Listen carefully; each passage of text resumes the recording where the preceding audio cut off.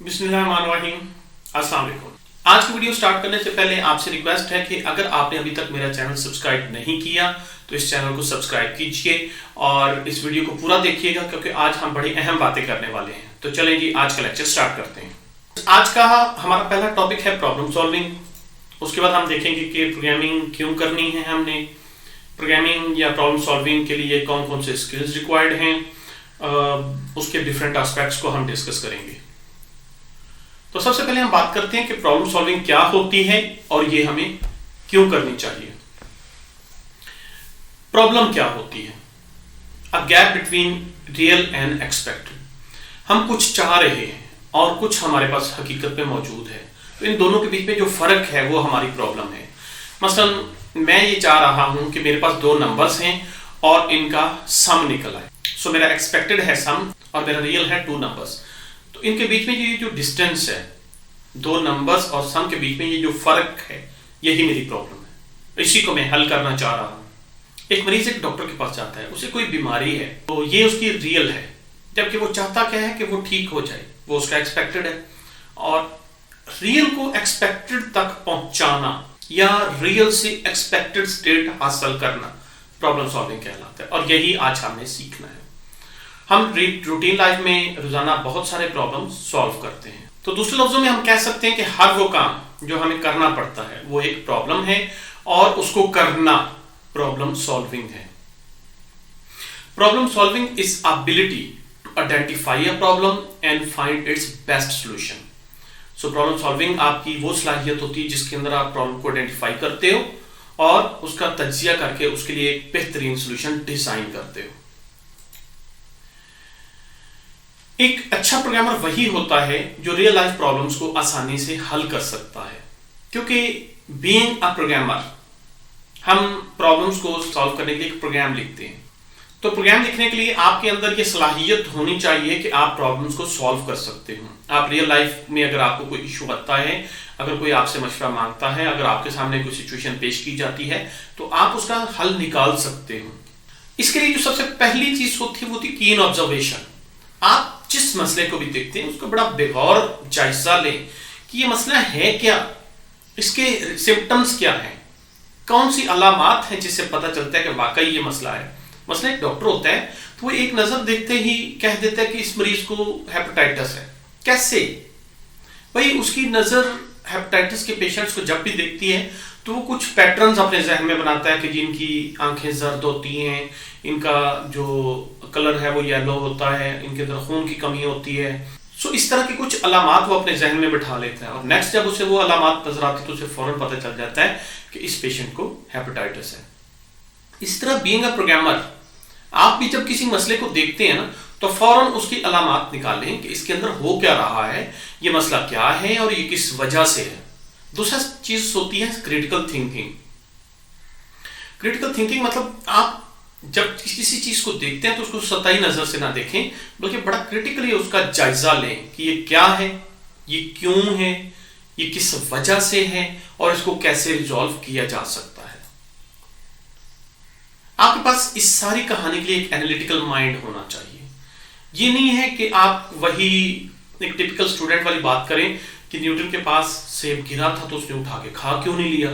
नहीं, आप न्यूटन की नजर से देखें कि अब ये सेब गिरा तो क्यों गिरा, ऐसी कौन सी चीज है जिसने इस सेब को ऊपर से नीचे खींचा। तभी आप लॉ ऑफ ग्रेविटी को एक्सप्लोर कर पाएंगे, तभी आप एक प्रॉब्लम सॉल्व कर पाएंगे। और एक आखिरी सलाहियत जो आपके अंदर होनी चाहिए, दैट इज क्रिएटिविटी। कि जब आपको मसाइल का पता चल गया तो अब आप एक क्रिएटिव वे में उसका एक हल डिफाइन कर सकें, उसका एक सोल्यूशन डिफाइन कर सकें। हम एक बात करते हैं कि कोई भी मसला है ना, उसको हल करने की जिम्मेदारी एक काहिल बंदे को दो, वो सबसे आसान तरीन तरीका ढूंढेगा। तो जिस तरह वो काहिल बंदा अपने काम करने के लिए सबसे आसान तरीका ढूंढता है, बिल्कुल उसी तरीके से आपने भी अपने काम को मुकम्मल करने के लिए सबसे आसान सोल्यूशन ढूंढना है।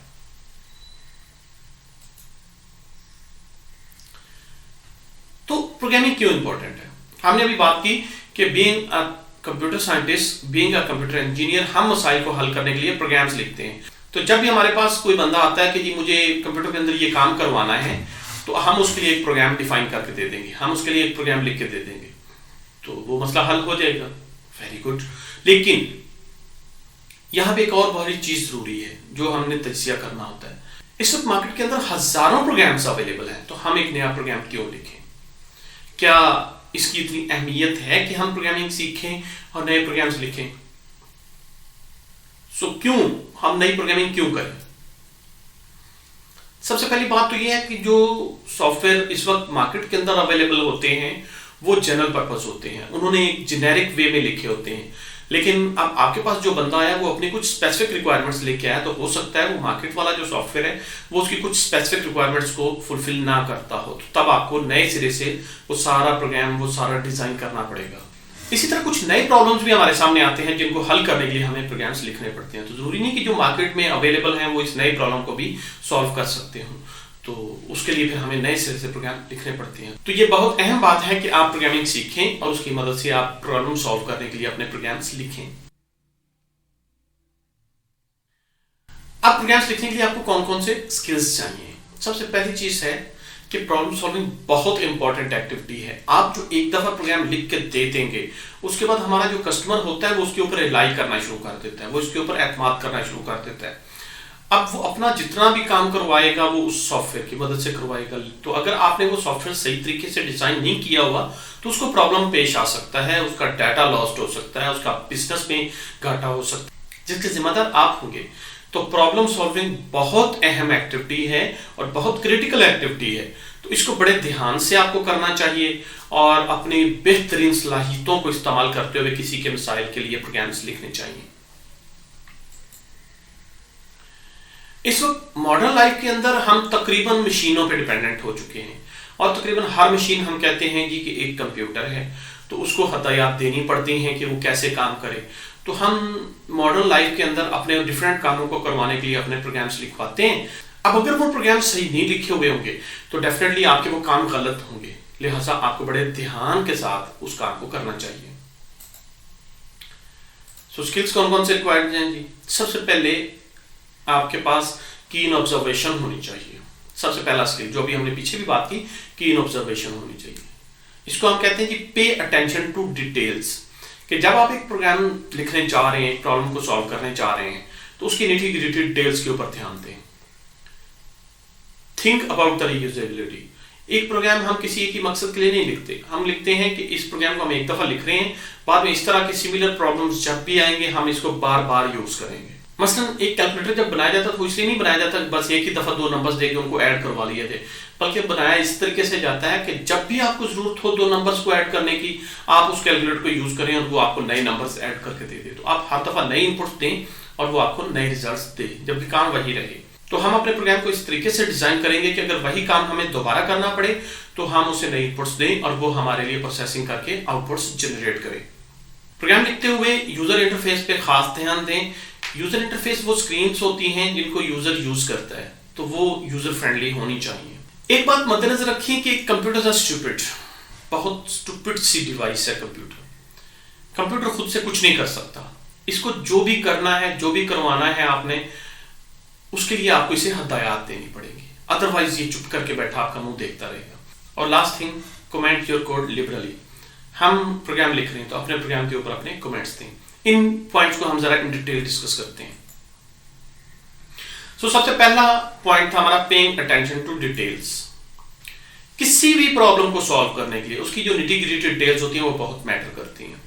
मसलन आप एक डॉक्टर के पास जाएं, आप उसे कहेंगे मुझे बुखार है, तो क्या वो फौरन आपको मेडिसिन दे देते हैं? नहीं, वो फर्दर डिटेल्स में जाता है कि आपको कब से बुखार है, कितना बुखार है, क्या मुसलसल रहता है या चेंज होता रहता है, या मतलब इसके साथ खांसी होती है, गला दर्द करता है, क्या सांस लेने में प्रॉब्लम होता है। वो डिफरेंट डिटेल्स आपसे जानने की कोशिश करता है कि ये प्रॉब्लम की असल रूट कहाँ पे है। तो जब तक आपको डिटेल्स पता नहीं होंगी आप असल रूट तक नहीं पहुंच सकेंगे। इसी तरह जब आप कोई एक सॉफ्टवेयर लिखने लगे हैं तो आपने भी छोटी मोटी डिटेल्स को जानना है। वो आपसे कहता है जी कि मैंने दो नंबर्स ऐड करवाने हैं, तो अब आपने समझने की कोशिश करनी है कि वो नंबर किस तरह के होंगे। क्या वो अशारिया वाले नंबर होंगे, क्या वो बगैर अशारिया वाले नंबर होंगे, क्या उनके अंदर जो अशारिया है वो मैटर करता है कि नहीं करता, और अगर अशारिया मैटर करता है तो हमने कितने डेसिमल प्लेसेस तक जाना है, अशारिया के बाद कितने डिजिट्स लेने हैं, 2 डिजिट्स लेने, 3 डिजिट्स लेने। तो ये सारी डिटेल्स आपको पता होनी चाहिए। एनालाइज द प्रॉब्लम स्टेटमेंट, ये बड़ी अहम बात होती है कि अपनी प्रॉब्लम स्टेटमेंट का अच्छे से तज्जिया करें और उसके अंदर से ये चीज़ जज करें कि उसके अंदर कितनी इनपुट्स हैं, कौन कौन सी कैलकुलेशंस हो रही हैं, कौन कौन सी आउटपुट्स देनी है और इनका फ्लो क्या बनाना है। सो आपकी प्रॉब्लम के अंदर जितनी भी डिटेल्स हैं उनको बड़े अच्छे से समझ लें इस चीज़ को। आपने किन चीज़ों पे ध्यान देना है? आपने ये ध्यान देना है कि कैलकुलेशंस कौन सी हो रही हैं, उनका फ्लो क्या होगा, पहले कौन सी कैलकुलेशन होनी है, बाद में कौन सी कैलकुलेशन होनी है, या हमारे प्रोग्राम की लॉजिक किस तरीके से फ्लो करेगी। क्योंकि अगर आप इस चीज पे ध्यान नहीं देंगे तो आपके लॉजिकल एरर्स आएंगे। लॉजिकल एरर्स क्या होते हैं? जब आप एक प्रोग्राम लिखते हैं और वो रिजल्ट्स गलत जनरेट करता है तो हम कहते हैं ये एक लॉजिकल एरर है। और लॉजिकल एरर तभी आएगी जब आपने अपने प्रोग्राम की डिटेल्स को नहीं समझा होगा, तो आप कोई चीज मिस कर रहे होंगे जिसकी वजह से आपके रिजल्ट्स गलत आ रहे होंगे। दूसरा पॉइंट है थिंक अबाउट द रीयूजेबिलिटी। अपने प्रोग्राम के रीयूज को ध्यान में रखें कि ये प्रोग्राम आप कैसे बार बार यूज करवाएंगे। ये एक प्रोग्राम के अंदर आप डिफरेंट कंपोनेंट्स बना रहे हैं, तो क्या आप एक कंपोनेंट को बार बार यूज करवा सकते हैं ताकि आपको एक ही कोड बार बार ना लिखना पड़े, बल्कि एक ही बार का लिखा हुआ कोड आपके डिफरेंट जगहों पे काम आ जाए। मसलन स्क्रीन के ऊपर आप इस वक्त एक प्रॉब्लम देख रहे हैं, हमने रिंग का एरिया निकालना है। रिंग का एरिया निकालने के लिए कैसे हम ये काम करेंगे? मसलन हमारे पास सर्कल का एरिया निकालना हो तो वो तो बड़ा आसान है ना कि आप सर्कल का रेडियस ले लें और उसको पाई आर स्क्वायर कर लें। रेडियस को रेडियस से मल्टीप्लाई करके पाई से मल्टीप्लाई करें तो आपका सर्कल का एरिया निकल आता है। लेकिन यही काम जब रिंग के साथ करना है तो कैसे करेंगे? तो बड़ा आसान है, आप इसको दो सर्कल्स के अंदर तोड़ लें। एक होगा मेन सर्कल, बाहर वाला सर्कल, और एक होगा उसका अंदर वाला सर्कल। मेन सर्कल तो वो है जो पूरे रिंग को बना रहा है और अंदर वाला सर्कल वो है जो उसका हॉलो एरिया है।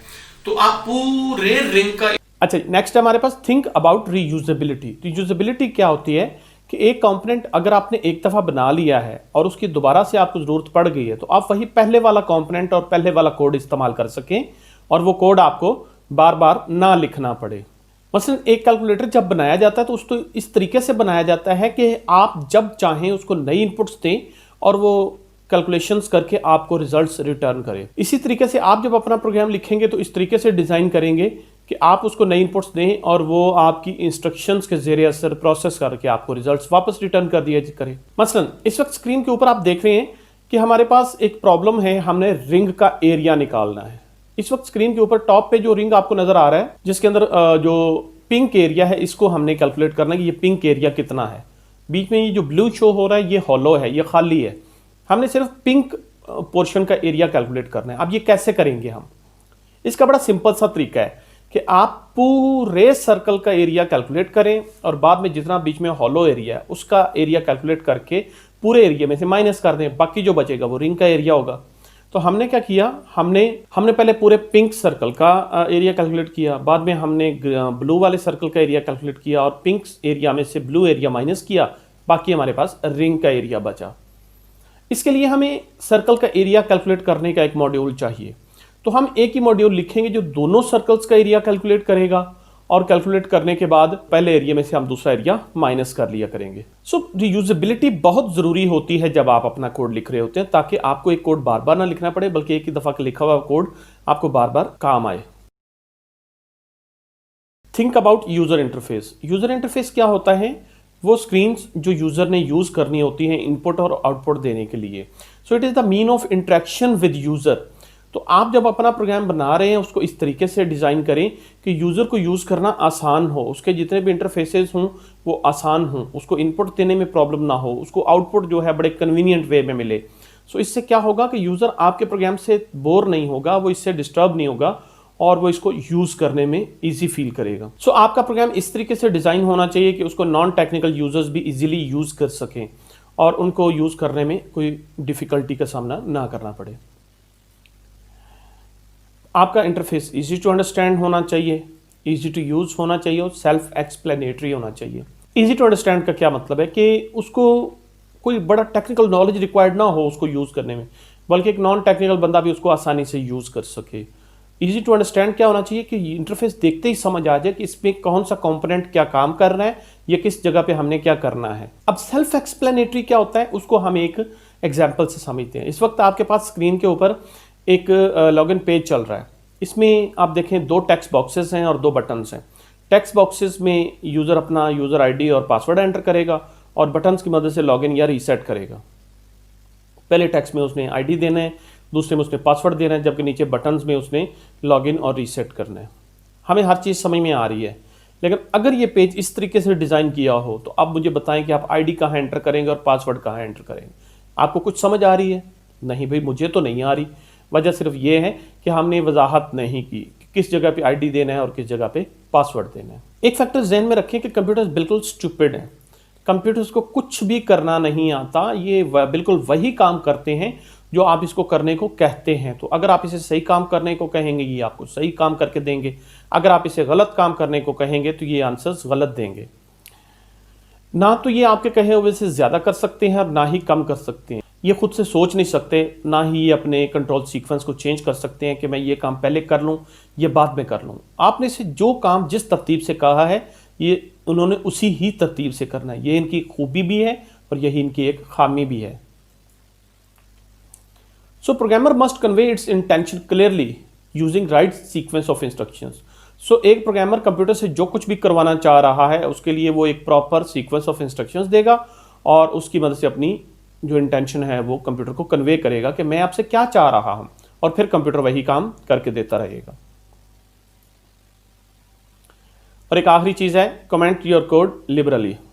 कमेंट्स किसी भी प्रोग्रामिंग लैंग्वेज का एक बहुत अहम फीचर है। कमेंट बेसिकली होते क्या है?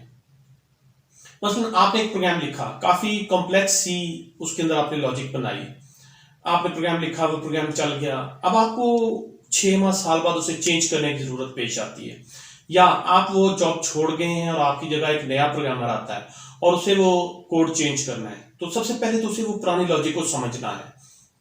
अब जिसने लॉजिक बनाई होती है वो तो शायद समझ ले, लेकिन एक नए बंदे के लिए उस लॉजिक को समझना बहुत मुश्किल होता है। तो हम क्या करते हैं, हम जब कोड लिखते उसके ऊपर छोटे छोटे टेक्स्ट नोट देते जाते हैं ताकि हमें कल को देखते ही समझ आ जाए कि इस कोड के अंदर हमने क्या किया था। उसका फायदा ये होता है कि कल को जब भी हमें अपना प्रोग्राम अपडेट करना होता है ना, तो हमें दोबारा नए सिरे से लॉजिक को समझने की जरूरत नहीं होती, बल्कि हम जस्ट वो कमेंट्स ही देख के समझ लेते हैं कि इस लॉजिक के अंदर हमने क्या किया था। कमेंट्स हमारे प्रोग्राम की कंप्लेक्सिटी को रिड्यूस करते हैं और रीडेबिलिटी को इंक्रीज करते हैं ताकि हमें देखते ही समझ आ जाए। तो ये बीइंग अ प्रोग्रामर, ये आपकी जिम्मेदारी है कि जब आप एक कोड लिखें तो उसके ऊपर प्रॉपर कमेंट्स दें ताकि उन कमेंट्स को देख के कल को आपको खुद से समझ आ सके, या एक नया प्रोग्रामर या आपके टीम मेंबर्स उस कोड को अंडरस्टैंड कर सके कि आपने उस लॉजिक के अंदर क्या किया है। तो ये थे कुछ जरूरी स्किल्स जो हमें एक प्रोग्रामर बनने के लिए जरूरी होते हैं या एक अच्छे प्रोग्राम लिखने के लिए जरूरी होते हैं। तो कैसा लगा आपको आज का लेक्चर? उम्मीद है पसंद आया होगा। आपकी जो भी ओपिनियन है वो नीचे कमेंट बॉक्स में मुझे अपने कमेंट्स में लिख के बताइए, और अगर कोई प्रॉब्लम पेश आता है तो वो भी मुझे बताइए। और इस लिंक को अपने दोस्तों के साथ, जानने वालों के साथ शेयर कीजिए और इल्म बांटने के सफर में मेरा साथ दीजिए। तो जल्दी मिलते हैं नेक्स्ट लेक्चर के साथ, तब तक के लिए अल्लाह हाफिज।